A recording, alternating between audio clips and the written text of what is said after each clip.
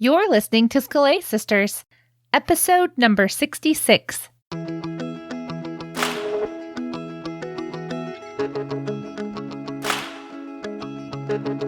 Welcome to Scalay Sisters, the podcast for the classical homeschooling mama who seeks to learn and grow while she's helping her children learn and grow.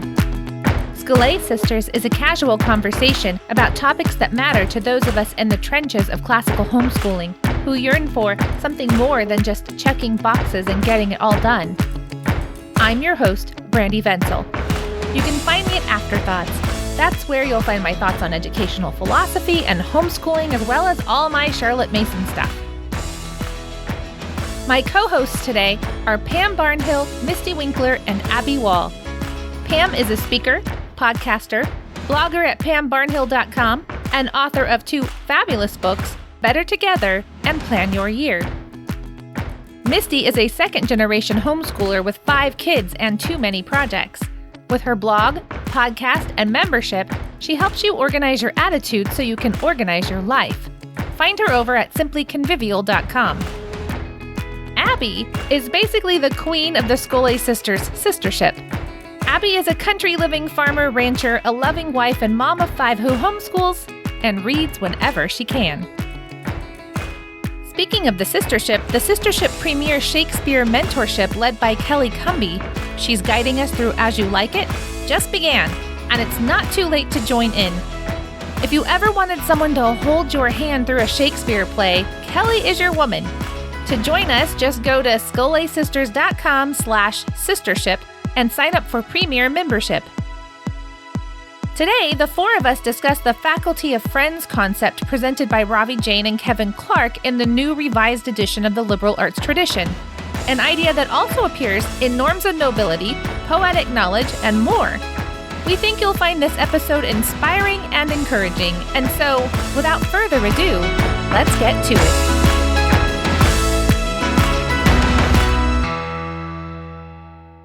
Let's start off with our Scalay Everyday. Who would like to go first?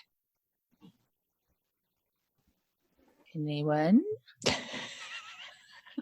Oh, and remember, you have to say your name. You have to say, Hi, I'm Mystie Winkler. There you go. We have a volunteer.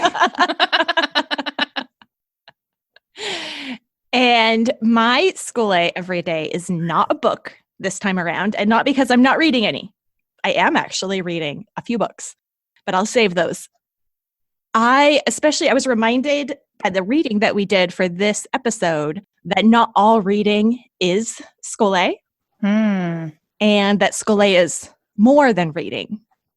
That, it's contemplation and really connecting with big ideas in, more of a non-analytical way, just more of a receptive mode. So I was reminded that really church, the church service, the worship service, is one of the most important elements of Scalay in our lives. And I'm at least consistent with that Scalay, not every day, but that totally counts as, the time where we are worshiping and remembering what really matters and reorienting our lives to truth, that church is where that happens. So that's one of the most important ways to Scalay. That's a good reminder. Now I pick Abby. Oh. Okay. There you go. Well, I just finished 2 books because I was trying to finish some books because this year, with all of my Shakespeare reading, which I am counting, so that up to my numbers, I didn't read as much as I normally do. I think it's due to 1, Shakespeare, and 2, my kids just are requiring me to homeschool more. So What? Yeah. As they get older, I'm just needing to be available to them more. Right. So it's really cutting into my reading time. These kids are cramping our style. Yeah. So I just finished A River Runs Through It, which is technically a novella. And I read it twice because I loved it so much. And then my homeschool co-op is reading, or going to be discussing in January when we get back, The Chosen by Chaim Potok. And it's probably my 5th time reading it. So I was like, oh, I'll just go over a few of my favorite quotes and things like that. And I don't really need to reread it. And then I ended up rereading it because I just love it so much. And I think it goes so well with today's topical discussion. So I'll probably be bringing it up again. But it's about Hasidic Jews and Orthodox Jews right towards the end of World War II, and they are just finding out about all of the Holocaust, and it's a lot about the history of like the Zionist movement and Israel becoming a secular state, and the divide that caused between the Orthodox and practicing Jews, or the observant Jews, and the secular Jews. And so it's really neat, but it is such a wonderful book on education in the Hebraic model or mode. And it is so inspiring how they studied. So I love it for that. I have never read either of those books. Okay. Well, The River Runs Through It is great. And one of the best parts is the dad is a Presbyterian minister, and he quotes from the Westminster Catechism in it about how the first question, what is the chief end of man? To glorify God and enjoy him forever. He goes, and that is just the most beautiful answer. And it's a beautiful book, but it is a lot about fishing. So be forewarned. But it is definitely about fishing, but it is a beautiful, beautiful story. And the movie they made probably 20 years ago, and Robert Redford directed it. And the movie is beautiful as well. So, but I really, really loved the book. And The Chosen actually has a sequel, which is called The Promise. Huh. And that one I haven't read I only read it once because it is a much longer book, but I think it's actually better than The Chosen. So, so three books. I did go over my notes for The Promise too, because it really, and that's the thing, it really exemplifies discussion and how we implement what we're learning. And yeah. This is interesting to me. I'm going to go ahead and go if you don't mind, Yeah. Pam. My name is Brandy. Mine also is The Chosen, but this is my first reading. And so I might be halfway through the book, but I think I may be more like a third of the way through the book. And it's interesting to hear you talk about what it's about, because I feel like you're teaching me what it's about, because as a first time read, the first couple of chapters can make you assume that it's going to be about something else. Yeah. Because there's this accident and there's this hospital stay. And so I seriously thought, is this going to be like a Conquering Your Disabilities book? No. And so, and it's not at all, but I mean, the first 2 chapters, you think you're getting into like this health crisis that this boy is going to have to overcome or something. And that's totally not what it's about. So then when it went on and I was like, okay, so that's not what it's about. So I feel like I'm still at this point where I'm like, so what is this? What's the plot really about? Like, what's actually the real problem here? What's what is the plot going to hinge on? And I'm not asking you to tell me. It's just interesting to hear you, because I can see that now. I've seen some of the discussions in synagogue time on the Sabbath and those different kinds of things. So I can see what you're saying. But I haven't finished the book, so I still don't really know what it's about. Well, I will try not to give you any spoilers, but the first part is just the catalyst, right? That accident that happens is just the catalyst for the deep and abiding friendship. And that's what the book is about, is about friendship, the friendship. Yes. Okay. I can see that. I mean, I'm at a point where I decided that that's probably what it was, but I didn't know if I was right because I haven't finished. But it was interesting to me. I believe this is on the AO list for, I don't know, when I was putting together my son's senior year, I combined some of year 11 and some of year 12. And so I don't know if it's on the list for year 11 or it's probably 11. But anyway, so I grabbed that from the AO list. And when I posted some of my choices online, I had so many people say that book ended up being my son's favorite from his whole education. So it made me excited to read it, because so many people made that comment that it was just this life-changing book for their boys for whatever reason. So anyway, Pam, would you like to go? Sure. I am reading The Odyssey. Ooh. I won't say it's the first time I've ever read it. It may be the first time I've ever read the adult version. I'm trying to remember if I ever read it eons ago when I was young. Right. I'm fairly certain I didn't read it in college. So anyway, I can't remember ever reading it before. But then, we read the children's Homer, and we did the Mary Pope Osborne version of the Travels of Odysseus, which I think leaves out a lot of the wraparound stories from the middle section. But I'm reading it now for Angelina's class and reading it all the way through. And I'm reading the Emily Wilson version. Oh, I haven't read that one. I have that. Yeah. So I'm reading that one, even though Angelina recommended we get, I guess it was Fagles. But when I was in Columbus this summer, Dawn took me to the bookstore there, the big, huge bookstore in Columbus. I can't remember the name of it right now. And it was like sitting outside on the table. It was a special, and so it was super inexpensive and it's so pretty. And so I picked up that one and said, I'm going to read this one. And it's kind of cool. It's in iambic pentameter, which is really neat. Oh, That is why I wanted to buy a copy. Yeah. Because I had Fagles. Everyone says Fagles is the best or whatever. But I heard an interview with her. I think maybe Cersei interviewed her. She was on some podcast. She talked about fitting everything into the poetic form and why that was important. And I just was like, oh, I need this one. Yeah. It's been very, very readable. Now, a few days ago, so I'm reading this for Angelina, and I think I have to have, I don't know what chapter I have to have through by the time we start back next week. But my book club is also reading it. They did me a favor. Wow. They occasionally pick up books that I'm doing for my class, so I don't have to double read. We're meeting next week, I guess. And so I'm reading ahead now to try to get done before book club, and then I'll just be caught up and can read something else for my literature class.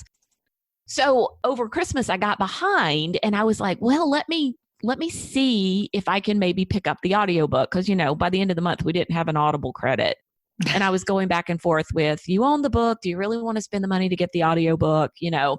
And so I was looking around to see if I could find just any cheaper version of the audiobook that I could listen to sometimes while I was walking, just to kind of do double duty, And apparently Fitzgerald, that version is supposed to be like really poetic and really good as well.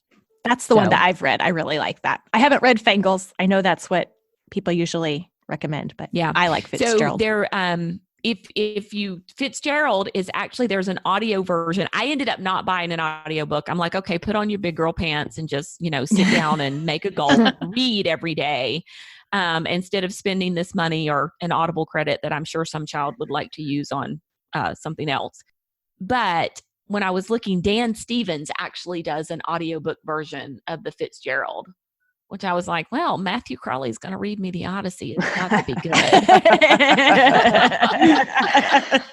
And then I think the Emily Wilson version, Claire Danes, I think does. I do have that one on audio. I haven't started it yet, but I've heard good things. Yeah, both of those got really good reviews. I don't know who does the Fagles audiobook, but it's not I think it's an older one, and it's not a great, it's kind of scratchy. Okay. I don't know. I think when I listened to it, I was like, well, I think the new updated one sounds a lot better. So, yeah, well, that one you can get, that Audible audiobook you can get for $8. Wow. Yeah, it's nobody I know. I'm not saying he's not good. It's just nobody I've heard of. Yeah. So, I don't usually do. Okay, I never do audiobooks. My kids have some books on tape from 1987. That are still work well. For you millennial moms out there, those are cassettes. Right. They're square. They're kind of a rectangular shape. 2 holes of tape. So I got this new cart, and it will talk to my iPod. I mean, I haven't figured out how to make it do that, but technically it does do that or is capable. So I kind of felt like, oh, maybe we could try that. So that one by Claire Danes sounds pretty good. Maybe that'll be our first venture into real audiobooks, real modern audiobooks.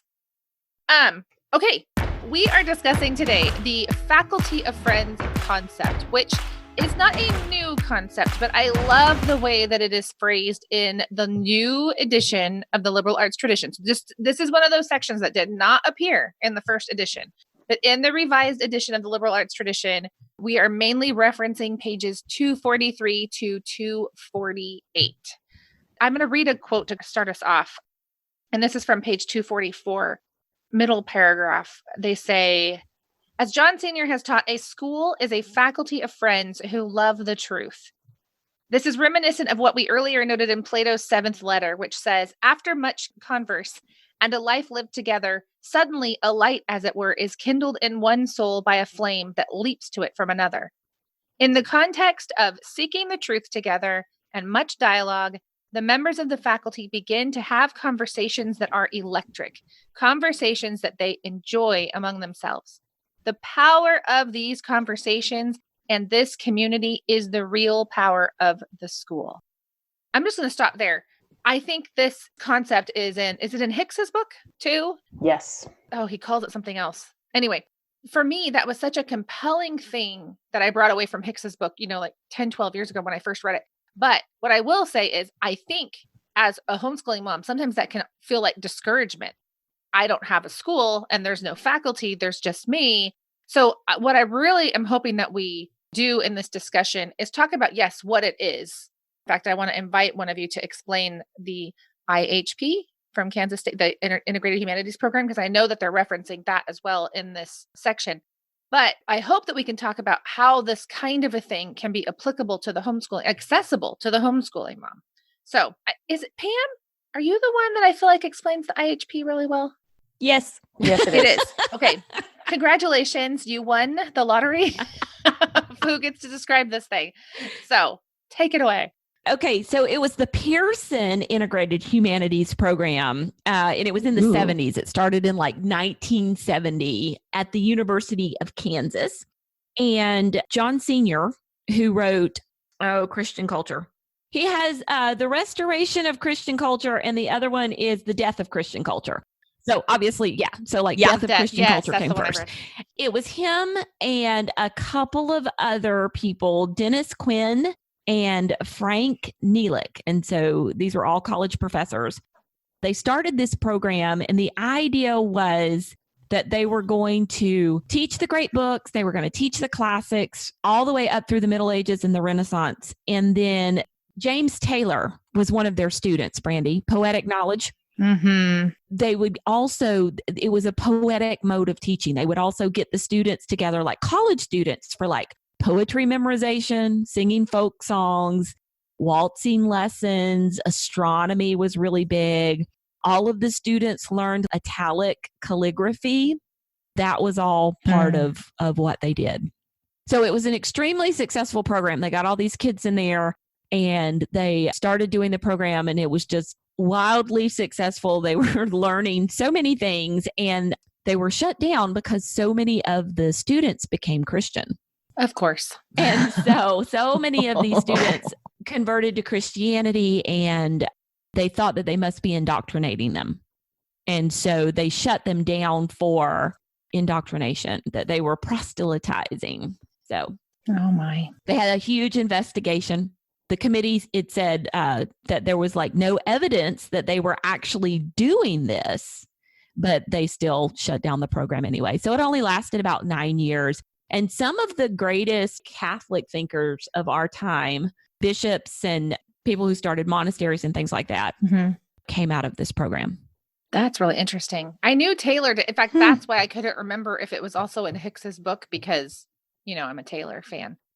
Not that I'm not a Hicks fan. Anyway, I had only recently heard why they were shut down. Yeah, because in Poetic Knowledge, I don't think it goes into that. No, he doesn't. That's an interesting. Yeah. Which I've wanted to read Dennis Quinn's book for a long time, but it's like $700. Oh, so, wow. Saving up. But anyway, what Kevin Clark and Ravi Jain are getting into in this section really hinges on dialogue. And Pam, correct me if I'm wrong, but wasn't that their primary, like they didn't do lecture style, they did dialogue style when they were formally teaching? Yes. Yes. So what they would do is they would get together, the three of them in the lecture hall, and they would have a conversation between themselves. And I can't remember if the kids were allowed to take, and kids, college students, if they were allowed to take notes. No, they were not. Okay, yeah. So I have the quote right here. It received the traditional receptive attitude of the students attending lectures, but they were not allowed to take notes. They had to listen.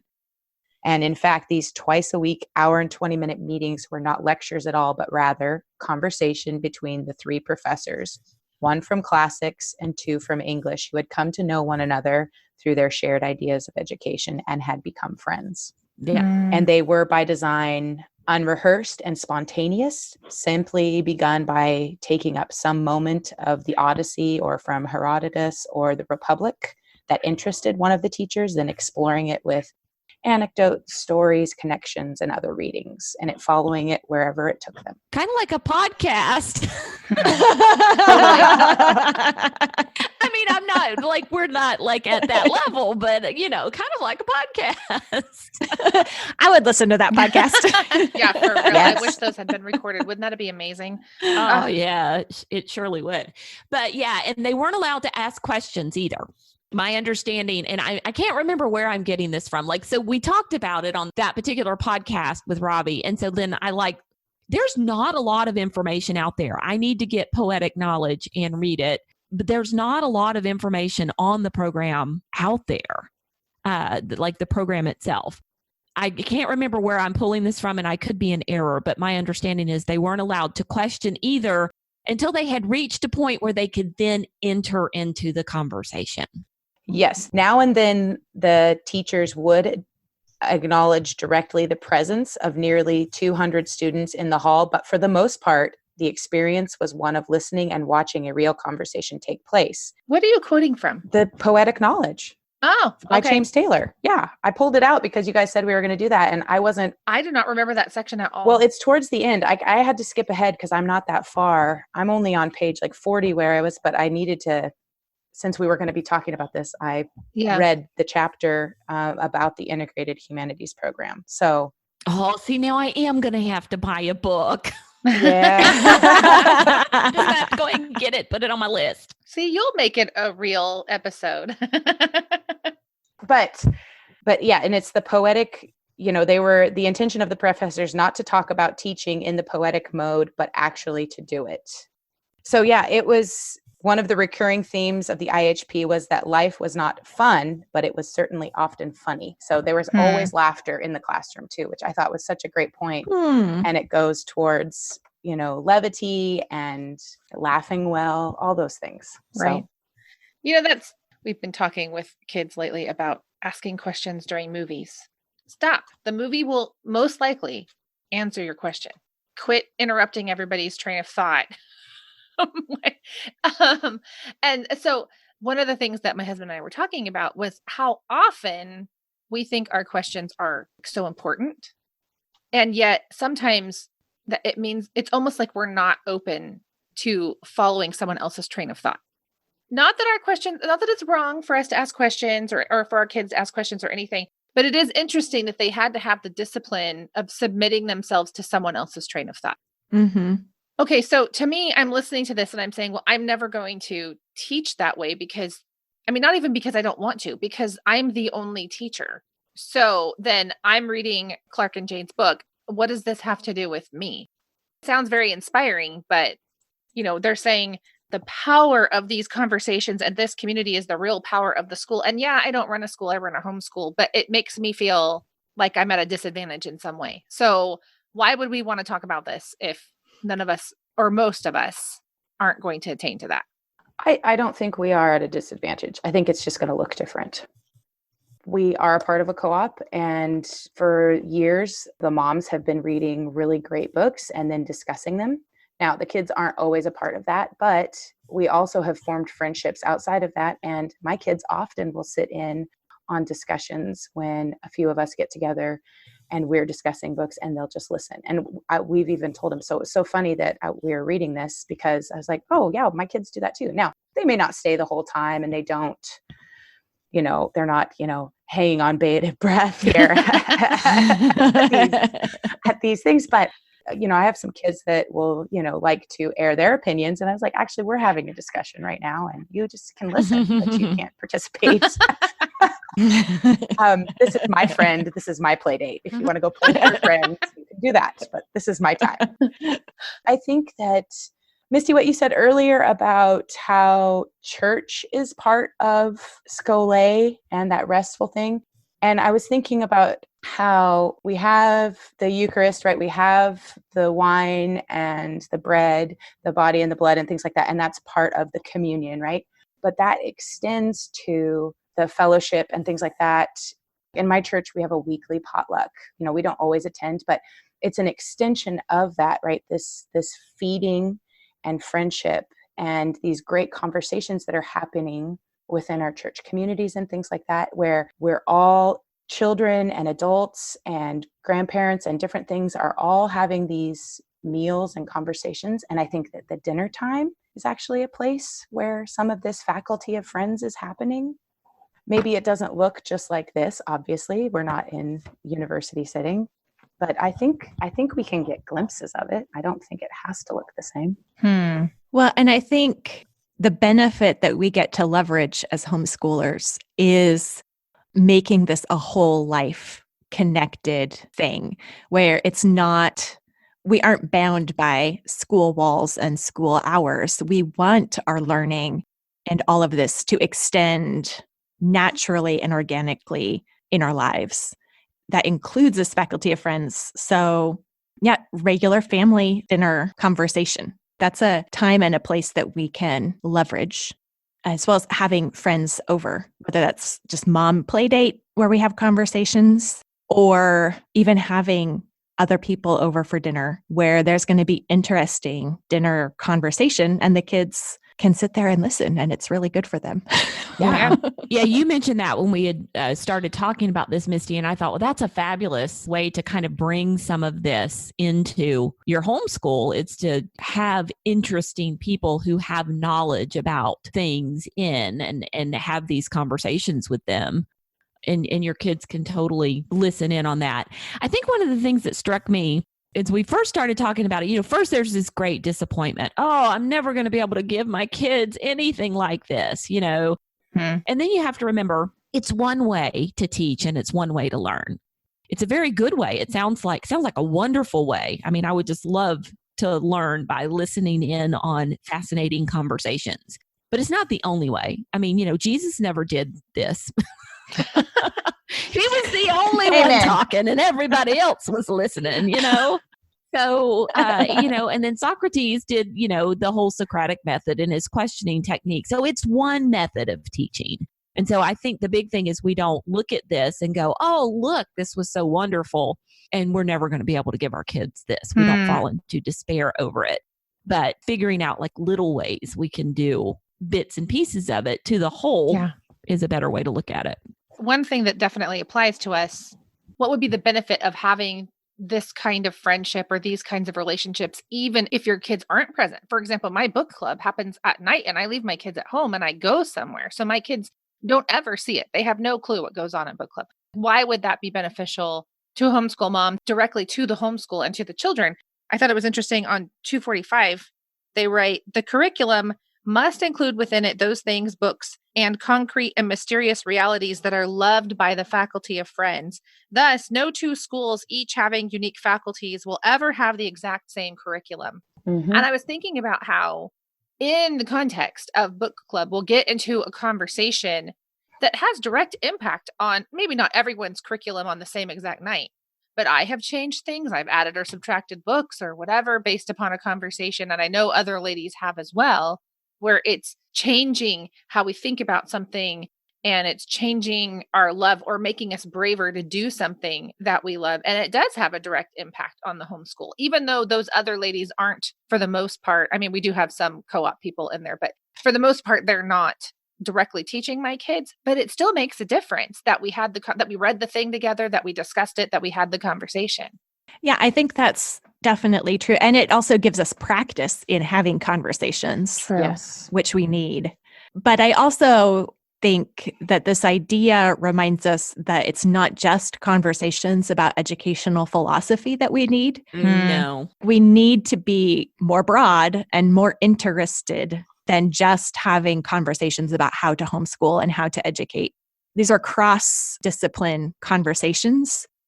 I think it's easy to start thinking, well, my husband never wants to have a conversation about education, so we can't do this. And it's like, well, how about you have a conversation about World War II or, whatever, Right. politics, whatever it is he's interested in. That's actually closer Yes. to what they're talking about here than the book club studying, Yeah. Charlotte Mason, for example. What are you talking about? Well, and the other thing that concerns me, not to be a killjoy here, is these guys having the conversation were knowledgeable, Right. Yeah. on what they were talking about. So I think if we say, well, we're just going to sit down and have a conversation about something, physics, for example, well, it's not going to work. You got to have people who are knowledgeable about what they're talking about. Which I think gets us back to what the dinner time, like inviting the interesting, knowledgeable people to dinner. Yeah. Like my dad invited, I remember, goodness, we had a psychologist, and I don't mean like just a run-of-the-mill psychologist. He was like the assistant to Maslow. Like he was the student assistant to Abraham Maslow. This guy came and had dinner with us and talked to us about things. And he had like a astrophysicist or whatever come over and talk to us. The guy was a Christian, but he also worked in physics, and he talked to us about multidimensionality and about how that could change your theology of like what you think is possible, and therefore what you think is possible for God, like not being limited by the create. Anyway, the point is, we had these like super interesting people come over. Well, my parents would never have been capable of those conversations, right? Because they didn't have that kind of training, but they were capable of inviting someone over and letting them talk.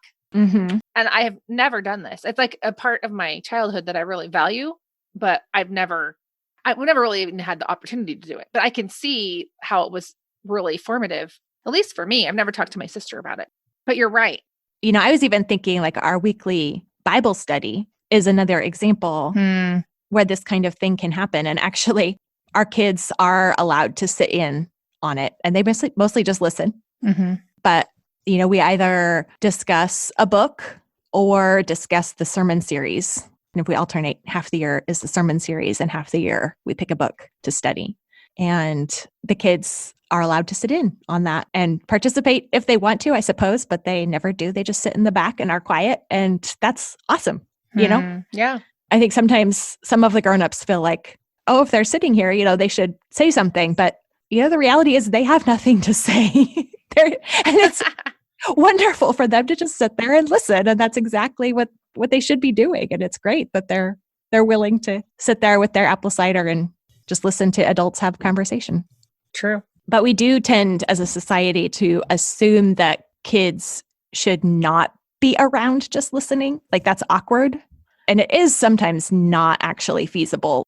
We do have people over for dinner, and sometimes we're all sitting around the table together and the kids can listen to the conversation. But sometimes there are just too many children for that to be physically possible. So it's not like every single dinner, family dinner, or every single time we have someone over, or every single book club has to be for this purpose.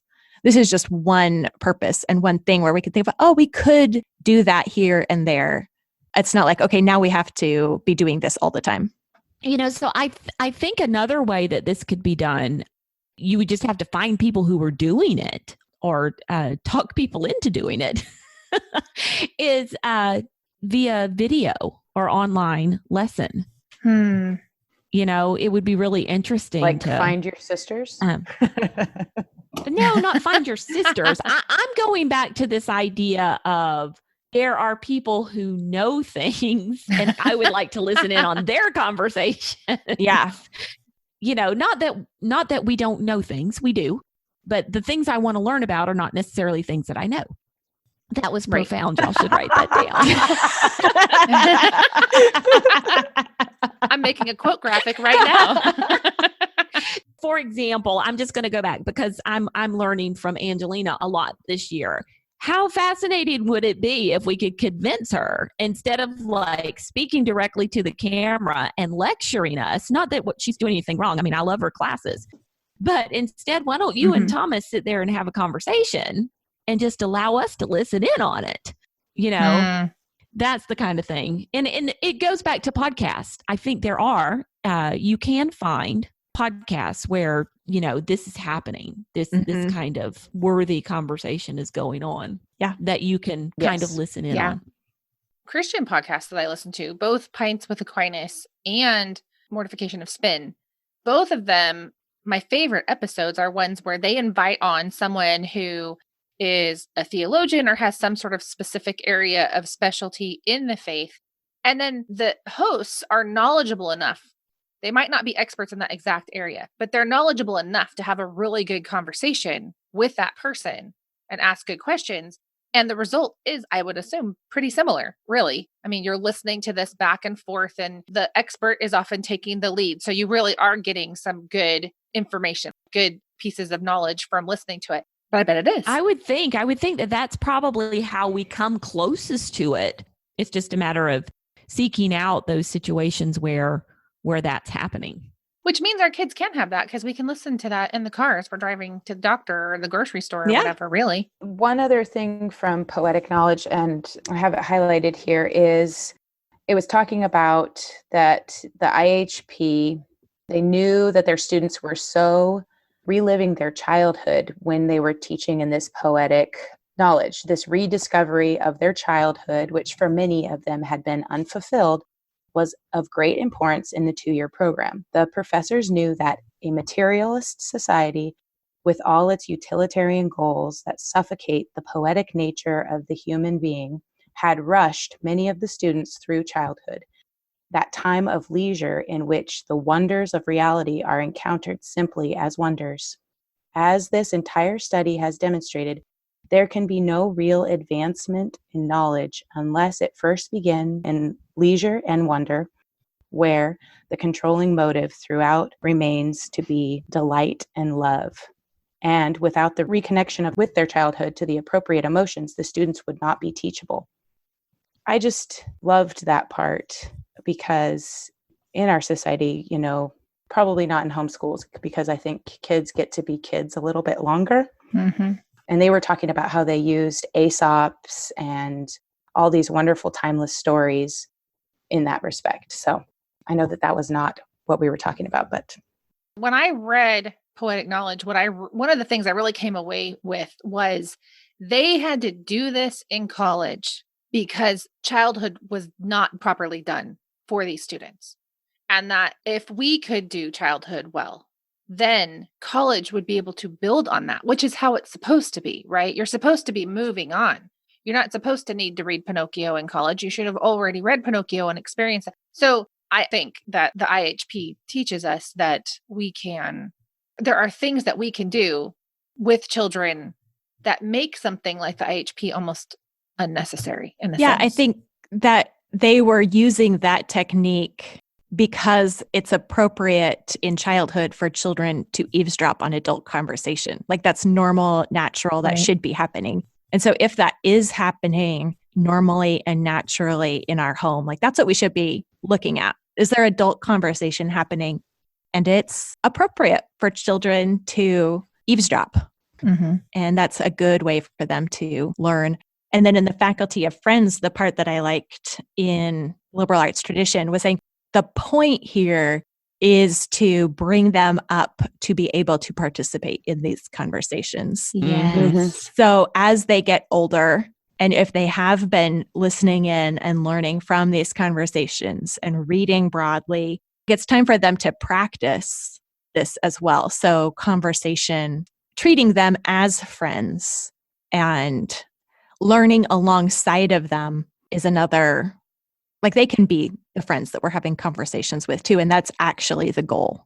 Well, and it's happening, right? I mean, with my oldest, with all my kids, I have enjoyable conversations, but he's taking Angelina's class and we talk about that. He's reading other things and it's so much fun to have these conversations with my kids as they're getting older. It's one of the rewards of homeschooling high school for sure. Yeah. Yes, I totally agree. I did find the quote here. A key goal of a faculty of friends then is to teach others how to participate in the conversation with the insight and nuance described above. I once heard it said that the goal of a teacher is to help shape the students into those he would be proud to have as friends once adults.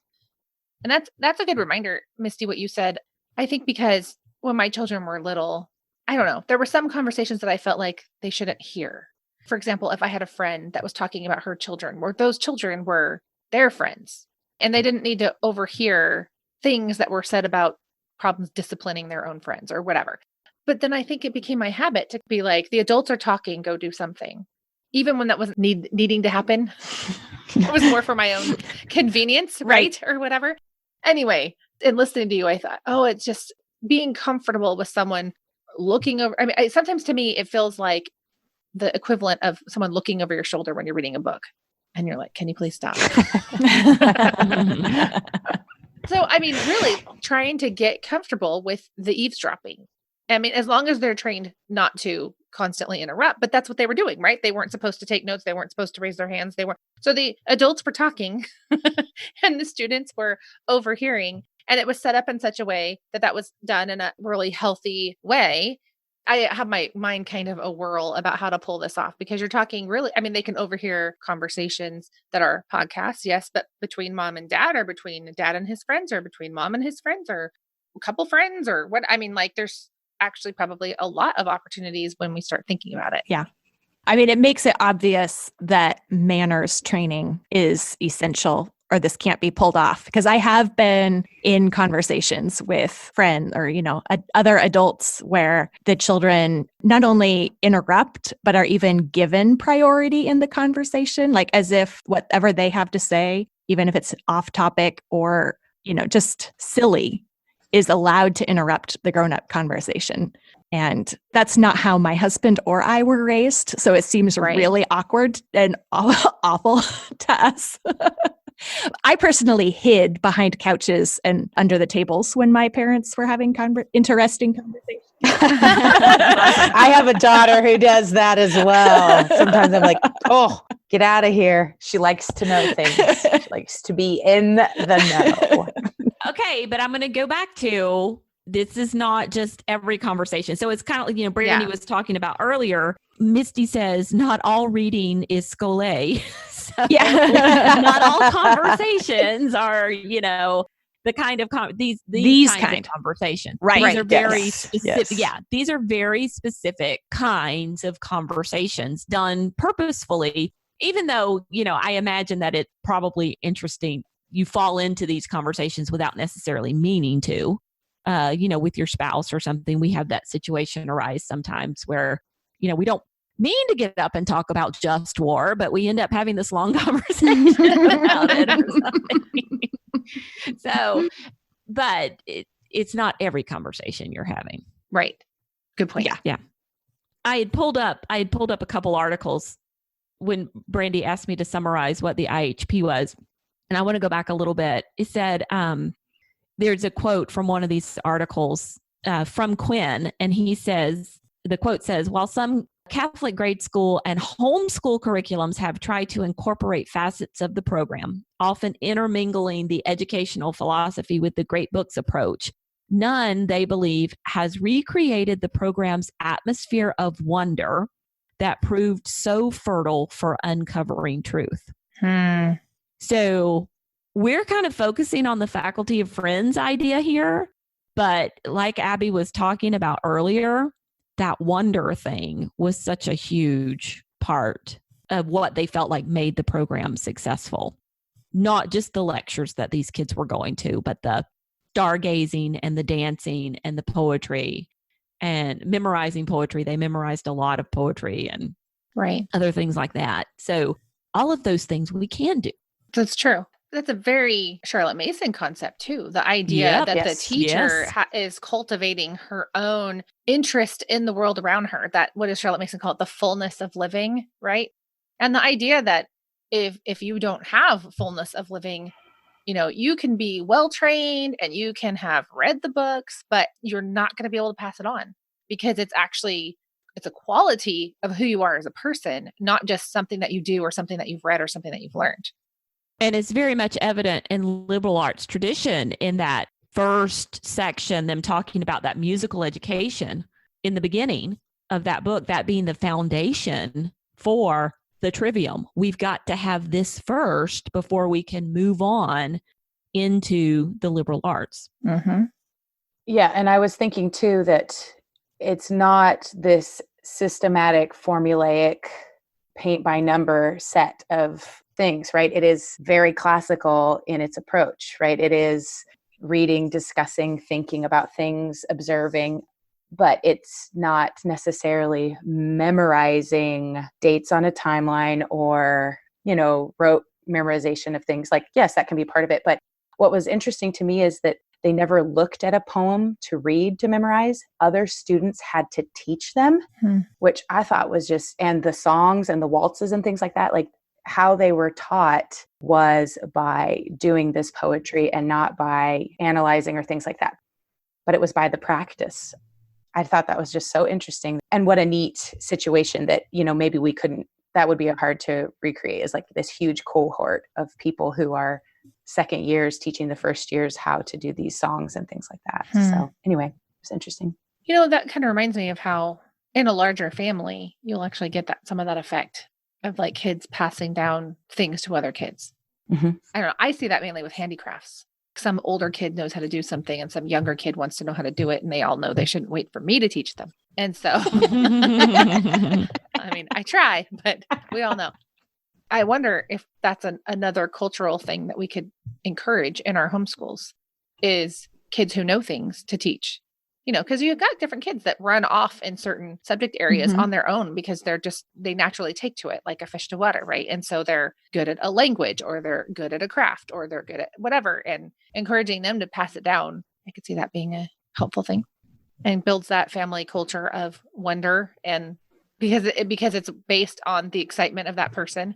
Well, and I was just thinking how morning time is so much of poetic knowledge, right? It is. I mean, Pam, you might know this, all about this, right? Yeah, you might know this, Pam. But right, like this is.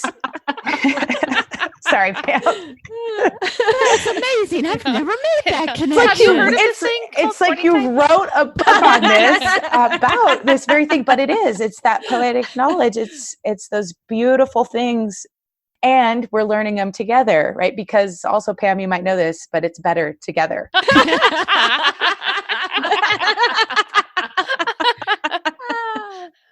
Pam also sells morning time plans, and you can get them at. Sorry. See, nobody Shameless knew plug. This is a big advertisement. Why did it take us so long to get her on here? Oh, goodness. But I think this is very true. I mean, this can all very organically be done in morning time, but I don't know. They weren't analyzing the poem. They were memorizing the poems. They were, yes. Like everybody was doing it together. And I think that's what, when they studied astronomy, they went out and wondered at the stars. They didn't get the textbook and open it up and, Yep. Or maybe they learned the mythology of it too, of how the stories. And I loved that. Yeah. So it wasn't about, it's like, oh, we're going to teach them all astronomy. It's not like we're opening an astronomy book and going through it. They learned the wonder of it. And so I think that's very important. Like if somebody's like, okay, well, I'm going to do all of this stuff with my kids, don't go buy an astronomy curriculum. Walk outside and look at the stars and learn the stories behind it and things like that. Mm-hmm. And be prepared to experience it. That was a big part of it. It was the actual experience in and of itself, right? Similar to what we talked about in festivity, right? It's the experience of it. It's not necessarily all the planning and every preparation, but it's actually going and doing. Yeah. All right. So how are we going to wrap all this up?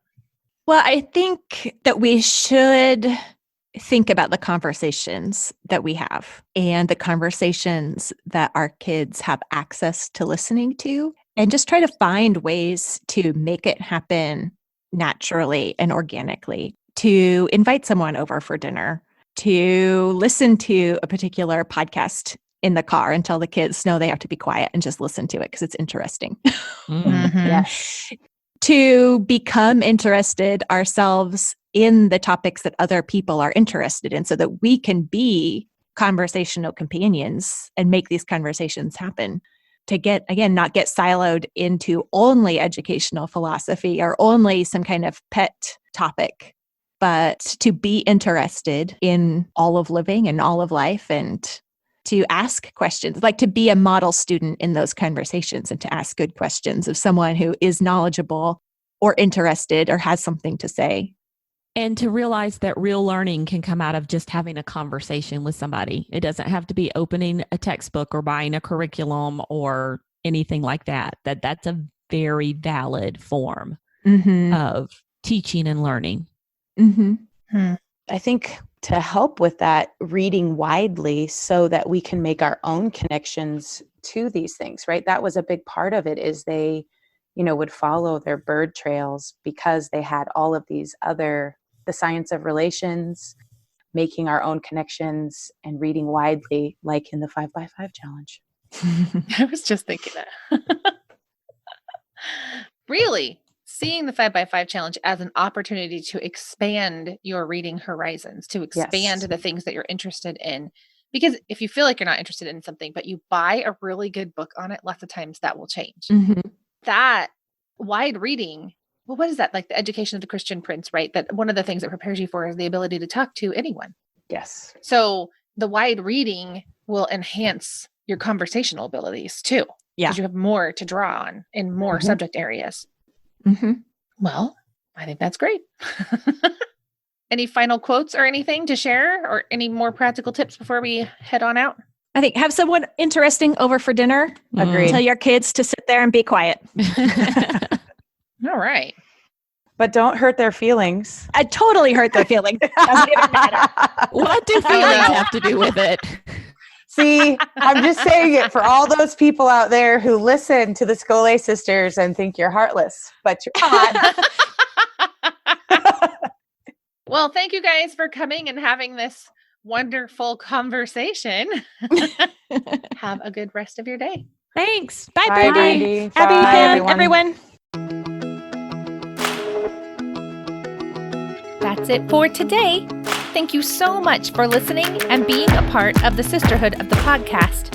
Make sure you subscribe so that you don't miss any of the episodes coming out this season, including the special bonus episode coming up real soon.